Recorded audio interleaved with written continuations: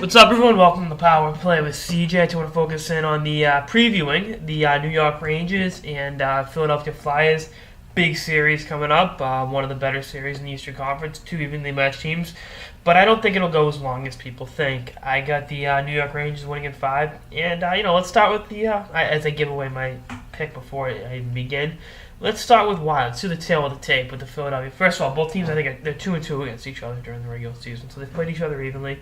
Philly's had an amazing year. Claude Giroux got off to that god-awful start, and everyone in Philly wanted to trade him for a bag of pucks, and ended the year with 86 points. Played all 82 games despite the golf injury, and really made up for being a mid in the Canadian Olympic team by his amazing play this season. Really doing a ton of things out there, just being a very, very effective all-around player. Wayne Simmons broke out in a big way with 60 points, just missed 30 goals. I was kind of wishing big old Wayne, former LA King, would have gotten himself to 30, but I love watching him play. He's an amazing power forward that really plays the game hard and plays the game right. Speaking of power forward, Scott Hartnell had yet another 20-goal season. Braden Shen displayed a little more offense this season, and Vinny Lecavalier had his ups and downs, just to be expected when you sign Vinny Lecavalier to a long-term contract.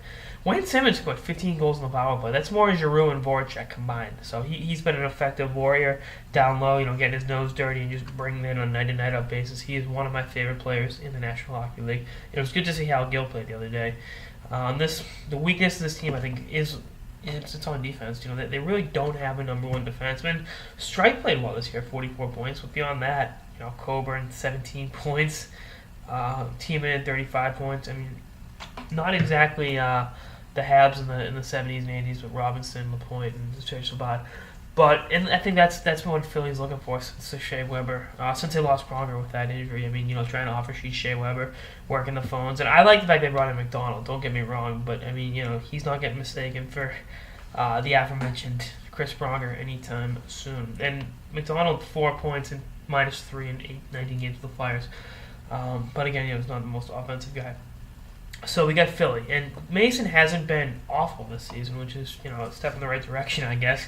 Considering, I think he's back on the upswing after some disappointing years with Lumbus. But now let's look at the New York Rangers. Zuccarello led this team in scoring. I think if someone put a gun to your head and said who led the New York Rangers in scoring, you'd probably say Derek Stepan or Rick Nash. Nope, Maz Zuccarello, the Hobbit, with 59 points this season. Really impressive showing. Stepan at 57 points, which you consider he was kind of disappointing at the Olympics. He didn't play that much. Got kind of a slow start. That's great. Brad Richards wasn't dead this season. 51 points. Ryan McDonough, I think, should be a Norris Trophy finalist and Rail Span MVP candidate. 43 points from the back end. Career highs all across the board for the former Wisconsin Badger. And Rick Nash, really, 26 goals in 65 games. Not exactly what you paid him for. And then one big name I left out, Marty Sam Louis, who 8 points in 19 games. It actually isn't that bad. He had a 3-assist game and had an assist in the last game against Buffalo, so 4 points in the last 2 games going into the playoffs. So I know they scratched him against the Habs. Good move. You don't want to run the risk of a guy like him getting hurt, and I think he'll help in the playoffs. I think he got such a bad start when he got to New York that having him playing. First of all, a guy like him makes his whole career on proving people wrong. Proving the doubters wrong. I mean, that's what's made him a successful NHL player, and I think that's what's going to help him and the New York Rangers in the playoffs. Having said that, the backbone of this team is Hank. It's the king. It's Henrik Lundqvist. The team will go as far as he'll carry them. 236 goals against average, 920 save percentage, contract situation resolved. No one talking about bringing in Cam Talbot anymore, despite Talbot having a spectacular season as his backup. This is Hank's team. This is his crease. He's got to go out and prove it.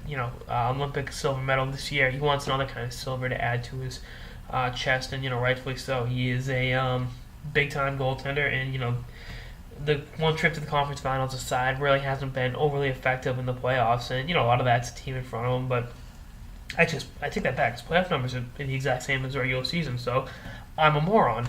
But the lack of going to the finals, lack of winning a cup has hurt him, and I think it's the New York Rangers series to win. I think Marty St. Louis on as close to a hot streak as he's been on in New York. Zuccarello is what he is, and I think if Rick Nash can play effective, he'll give the defense for Philly fits. I think you're looking back on what these teams were a few years ago. First of all, these two teams were supposed to meet in the second round in 2012. Had the Bruins taken care of business against the Capitals, these two teams would have met, and it would have been an amazing series. I just I like the Rangers a lot more this year, and I think Rube has done a fantastic job. I think Vigneault's done a fantastic job. They're both well-coached teams. I mean, a year ago they had two of the best American coaches of all time, and Tortorella and Peter Laviolette, respectively. But different names and faces behind the bench, and I think that's change isn't always a bad thing. And the puck drops at MSG on Wednesday or Thursday, excuse me. These two teams will be ready. Matinee game on Sunday. That'll be after night in the city. That'll be something to keep your eye on. But I'm looking forward to this series. I think again, I get the Rangers in 5, and I know I'm going to get lambasted by Flyers fans for it, but I just think the offense, I'll stick its defense wins championships, and the Rangers have a number one defenseman in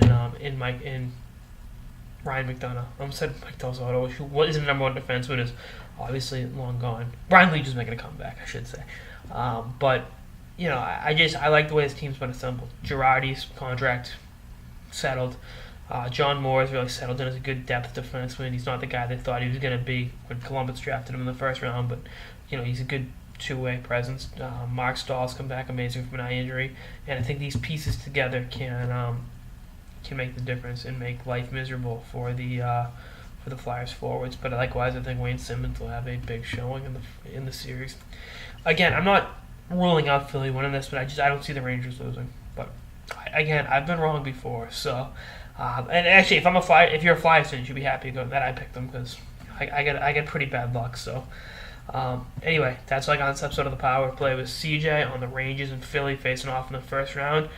Rangers in 5. Stay tuned for episodes throughout the playoffs and beyond. Later, guys.